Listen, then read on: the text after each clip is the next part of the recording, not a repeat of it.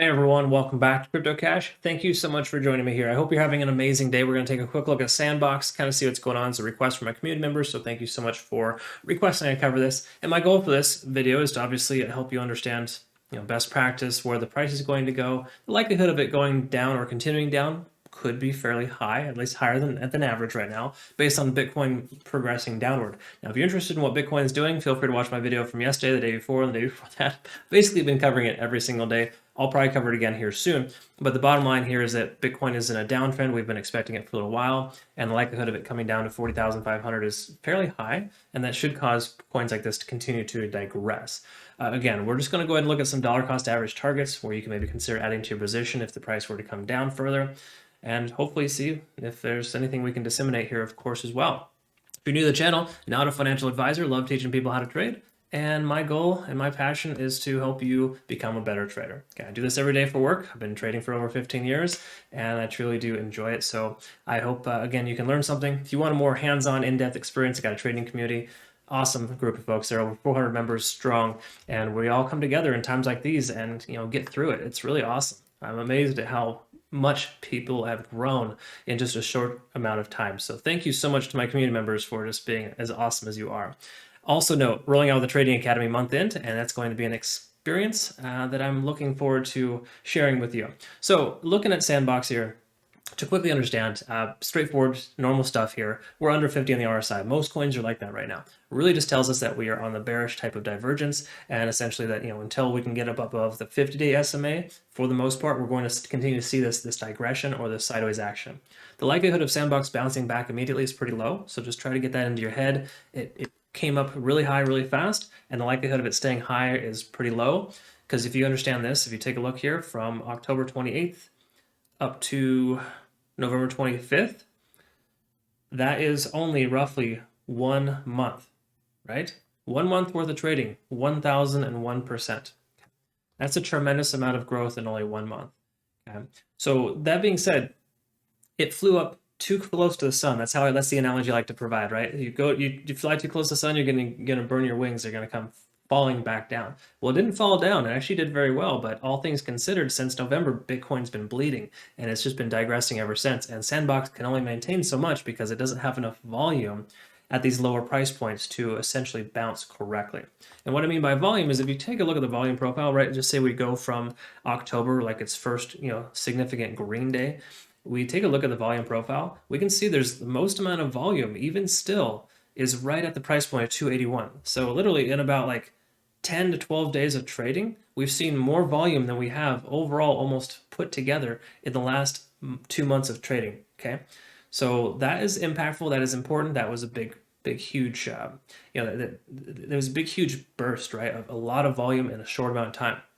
That volume profile is actually really good to give us a support signal, right, or a support zone. So it's nice to know that we have a strong support around 285. But what's to say the price drops $4.20 and comes and slows down when it comes down, right? Look at how much volume is here. There is very little volume in this price point. So between $3 and just say $4 is a rough estimate. You can expect a potential free fall if the price were to lose this support level at 420. Okay, so again, I just like to bring that to your attention so you understand that a lot of times when you're trying to consider dollar cost average targets, you want to look at the most amount of volume accumulation and consider those to be support and resistance zones, and to understand that's kind of a big determining factor. So again, 280 is a big strong support. We have a secondary resistance at about 515, right? So we're below that. Therefore, we come up there, we can see this little resistance wall, a sell wall, and you can kind of see right here previously where the price tried to break that plane and couldn't. Okay. Now, obviously, if we look in the last 1 month's worth of trading data, we'll see the most amount of volume closer to about 480, but that still creates a resistance. We're below that right now. Therefore, it's going to take a moment to get back above that, if that makes any sense. Okay. So try to understand that. So that's kind of what we're looking at for the big picture on Sandbox. There's just kind of something to understand. So big picture here, I would say that anywhere between $4.20 and $3 is a good place to dollar cost average. Now, more specifically, if we look at 345, that'd probably be the most appropriate place in which you might want to consider a target. So 346, 345, right in that range, I'd recommend considering setting a limit order. See if you get filled if we get a candle wick down to that point. Just say Bitcoin drops its bottom at 40,500. We trend closer to 37.5, which is still a strong likelihood. Then Sandbox, you can get filled at 345 and have a nice, decent position that way, right? Average your price down. Obviously depends on where you're at. You could even be averaging up, so to speak, but it would be a better price point than where we're at presently. Now, to say we're going to get there immediately is just, it's hard to say specifically. We can't tell by the data right now if the price is just going to drop this bottom. But I can tell you it keeps progressing lower, and we're not making higher highs, we're making lower lows, and it's just one of those scenarios where it's just a matter of time before the bottom drops out from Bitcoin. And if that does, I don't think $4.20 is going to hold very strong. Okay. Again, and the main reason why is because we have more volume below and more volume above the current price point. This is kind of, I wouldn't say uncharted territory per se, but we don't have a strong amount of support in this area. Now, if we were to kind of consider strong support, we can see the price previously for 2 days in a row, the price would not go much lower than the range about 388, 390. So we could say that's maybe a little bit of a support level if we were to drop below 420, and we might have a secondary support around 390. Okay. But again, that's kind of just not a lot of volume in that scenario. So we really got to understand that the price will likely continue to progress lower if, again, Bitcoin drops its bottom. Okay. Now, do I think Sandbox is going to just fall off the face of the earth and we're never going to hear from it again? No, I think gaming coins, anything along this line, will do very well the remainder of this year. I'm confident of that. In fact, I think most gaming coins will probably 2 to 3x. I think that's a very strong likelihood.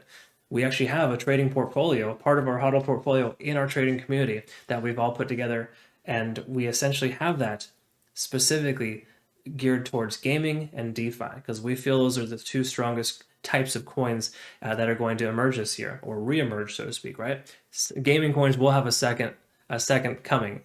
But for right now, they're all getting hit pretty hard because they're all very overextended. So you just kind of got to understand that. Most gaming coins have this similar behavior where they shot straight up, and now they're slowly bleeding. But the bleeding will eventually stop once we hit that volume accumulation at a specific price point. We're right in between two major volume accumulations, right? Right above, right below. Again, the likelihood of it coming up from here is lower than it is to come down. So again, just some thoughts there, right? Now take a look at some other things too to kind of reaffirm this.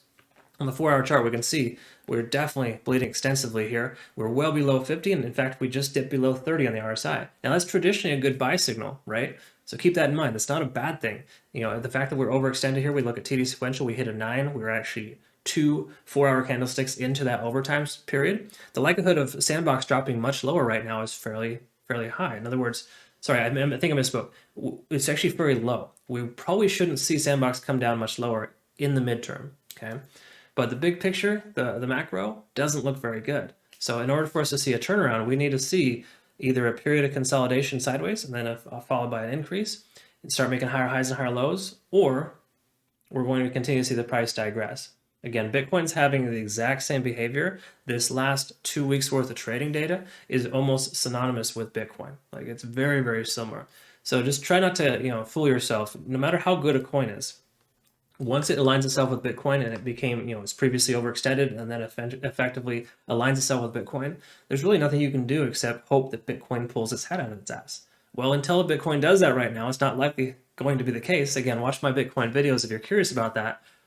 The likelihood of Bitcoin just, breaking its resistance at 46,000, showing us good confirmation we're moving away from this bearish divergence, we really have no reason to want to consider Sandbox taking off soon. Okay, it's mostly just gambling. And I don't want to gamble with my money. I don't think you should either. And all the signs are telling us that this is not a good buy signal, even though, yes, contrary to what I'm saying, the RSI is oversold essentially, and it is considered to be a good value, right? There's no doubt that if Sandbox comes back up from here, that's going to be a good value. And even if the price comes down, it's still a decent value, right? If you understand what I'm saying, because I do feel like it'll recover. So big picture, I recommend setting some dollar cost average targets. That's why I made these videos here for my community members to help understand that, when you are investing in coins that are dropping, you try not to chase the bottom. But if you're going to chase the bottom, you better dollar cost average correctly, not put all your eggs in one basket. And even furthermore, use previous data, which is the reason why we look at this. That's why TA is so beneficial, to understand what's happened in the past could likely happen in the future. Well, we've had a few bottoms here for Sandbox, such as $3.90, major Fibonacci retracement level at 345, and of course 305. Those are pretty good targets I would recommend setting. Okay, so 390, 345, and 305 are 3 good, I would say, dollar cost average targets in case Sandbox were to drop its bottom. So once again, we have a strong volume accumulation around 280, 290. and we have a strong volume resistance at roughly $5. We're right in between that range. It could literally go either way, but the likelihood of it coming down is much higher than it is going low based on Bitcoin's behavior. All right, so just trying to drive that home for you so you understand the reason why I'm saying this. So that's kind of where we're at for Sandbox. Not great, but it could be worse, right? A good affordable price on something that is likely going to increase in value. There's nothing wrong with that. We got to celebrate that and enjoy that. But I recognize that it's tough when a lot of our accounts are bleeding, including if you're holding Sandbox and it's in the red. I get that. It's hard to want to invest in something that's constantly losing money. That's why we set realistic, DCA targets. It's the same exact scenario as the inverse when you set realistic profit targets. Okay, there's a certain strategy you want to try to adhere to, and you don't just it's red, it's overextended, I'm going to put money in now.